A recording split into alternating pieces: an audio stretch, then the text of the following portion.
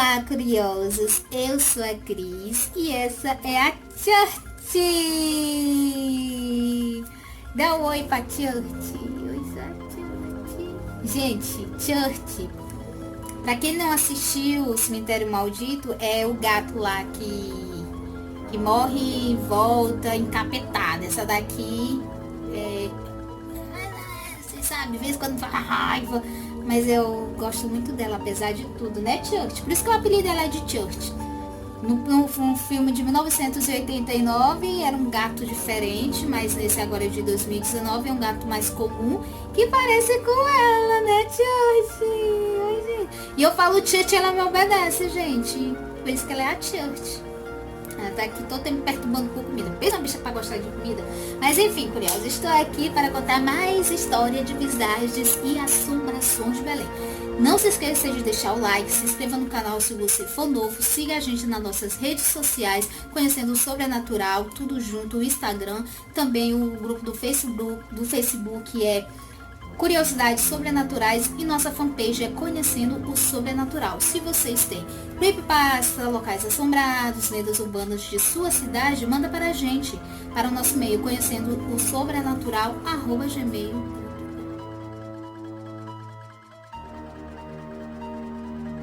Então vou mais uma história aqui do Valci Monteiro, do Visagens e Assombrações de Belém. Dessa vez é As Ilhas Encantadas do Marajó. O informante de O Estranho Cliente do Dr. X fez também duas narrativas que, segundo ele, têm ligação direta com o local onde positivamente foi o médico. Disse que há cerca de 10 anos, mais ou menos, a convite de um amigo. Quem não lembra sobre o caso do Dr. X, tem na nossa live, Visagem e Assombração de Belém, #3, tá? Procurem aí que vocês vão achar. É muito interessante essa história. Vocês não ouviram aqui no YouTube, com certeza, e vocês vão se interessar. Muito interessante. Mas voltando. Realizou uma viagem ao Marajó, saíram de Belém em canoa movida a vela, até que alcançaram a parte oriental da ilha. Ali soltaram próximo ao foz do rio Camará, no atual município de Salvaterra. A passagem local impressionou-me diversas. As poucas, talvez, que saí de Belém, ou fui para o Mosqueiro ou para Salinas, de modo que tudo para mim ali era novidade. Lá era alguma coisa em livros de geografia, bem como ouvira o professor falar em sala de aula a respeito de mangues ou mangás. Mas alguma coisa é ler e ouvir, outra é ver as descrições orais ou escritas, não pintadas nem de longe o que estava vendo próximo à praia. Estendendo-se por muitas centenas de metros, lá estavam famosos mangás. Não nego que à primeira vista fiquei assustado. Cerca de 18 horas e começava a escurecer. Era cerca de 18 horas e começava a escurecer. E que dava um ar tristonho ao local. E seu crepúsculo em si tem sido uma grande dosagem de nostalgia. Naquele trecho do Marajó, garanto que tem muito mais. Porém, como dizia, o mangal se estendia por centenas de metros. Era uma área lamacenta e as árvores apresentavam-se desfolhadas e com raízes à mostras. Seus galhos pareciam imensos braços a querer agarrar os que lhe passaram nas proximidades. O quadro parecia até um desses desenhos de revistas de terror, embora assustado como estivesse entusiasmado. Meu primeiro passeio do interior paraense. Caminhei à frente por onde me indicaram um rumo em que deveríamos seguir. Foi quando vi um ruído estranho, como nunca tinha ouvido na vida, uma espécie de paz, porém alto. Apavorado, parei e o ruído também parou. Voltei a caminhar e tornei a parar e esperei pelos meus companheiros, 2 amigos de Belém. e 3 caboclos do local. Os amigos já conheciam Marajó e vinham rindo de mim. Fiquei mais calmo, pois verifiquei que não devia ser nada a temer. O problema é que, por mais que olhasse, não vi nada. No entanto, se dava uns passos à frente, o ruído começava. Então eles me mostraram que era as caracas, aos milhões, segura as raízes das árvores. Aproximei-me e verifiquei que a caraca era uma espécie de molúsculo parasita, com forma de pequeno vulcão, cuja a cratera fica aberta. A aproximação de qualquer coisa fechava, dando um pequeno estalido. Era o estalido, porém, muitos milhões delas que geram ruído.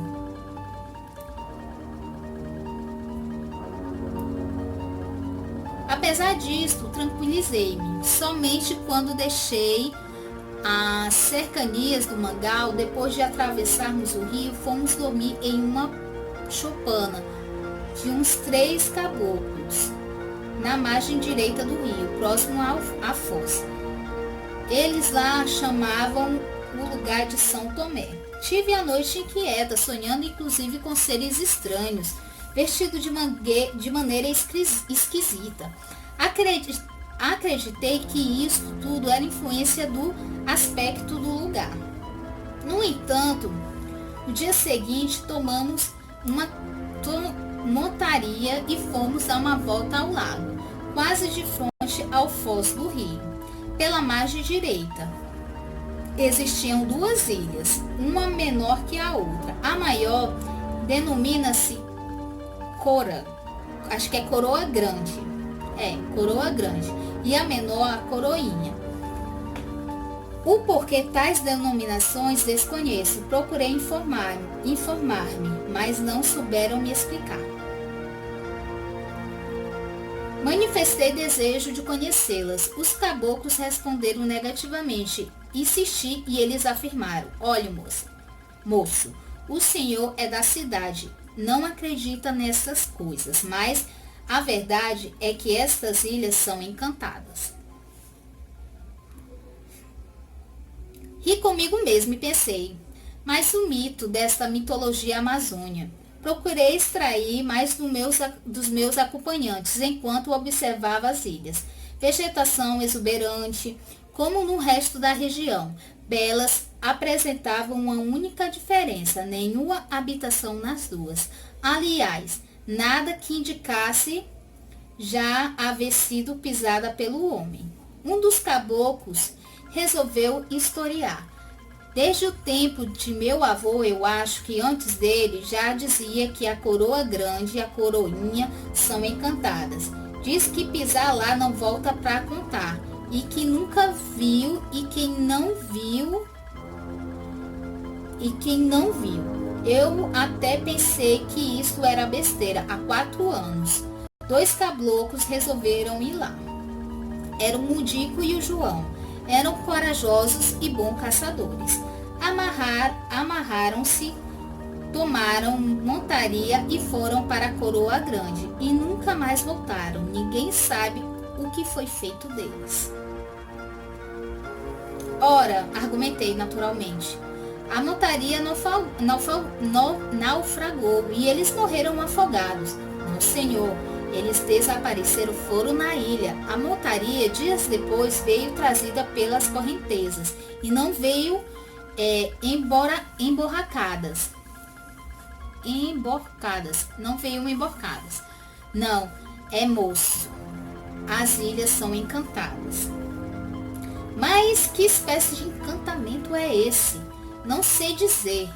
Diz que é gente do fundo, às vezes se ouve barulho vindo à noite, vindo das ilhas, parece que até dão festa lá. Fiz tudo para ir à Coroa Grande.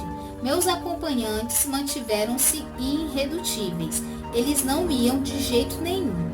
E que era bom que não insistisse muito, pois só pelo fato de estar demonstrando tal desejo poderia ser encantado pelos habitantes do fundo.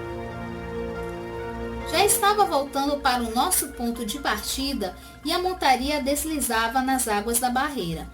No dia seguinte, tínhamos a partir em direção a Joanas, beirada com deixa Jumbi, seguindo até Salvaterra.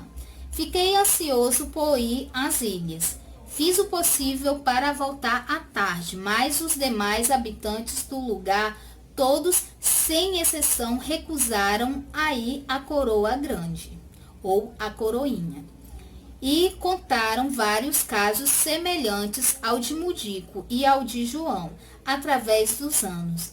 Vez em quando surgia uma dúvida. Iam investigar e desaparecia. Os seus companheiros não mais queriam saber de lá, mas depois de um certo tempo surgiam outros e acontecia a mesma coisa. Raimundo e João tinham sido os últimos.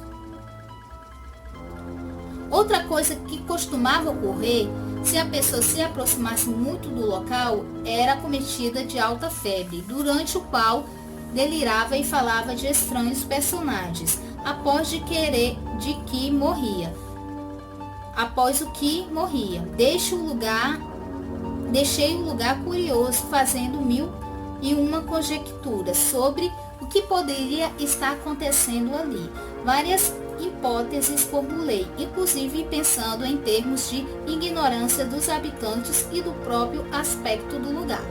Daí nascerem tais crendices. Afinal, eu mesmo não havia nem me assustado com Mangal. Era natural, portanto, lendas desta natureza. Sempre fui assim. Quando o homem não consegue explicar certos fenômenos da natureza, apela para o sobrenatural. E dito isto, a Amazônia está cheia. Mas em relação desse com um estranho cliente do Dr. X, assim, foi algum tempo depois, porém foi uma outra história que me fez relacionar os três fatos. Então, quem tiver curioso, tá? Tem o Dr. X, como eu falei na live, na hashtag 3 Visagens e Assombrações de Belém. E muito obrigado por ter ficado até aqui. Essa história aqui das Ilhas de Marajó Assombrada, né? Da Coroa e Coroinha. E tem certos locais mesmo que a gente não paga pra ver não, né? Melhor deixar quieto. Então, muito obrigado a todos. Beijos. E até o próximo Visagens e Assombrações de Belém.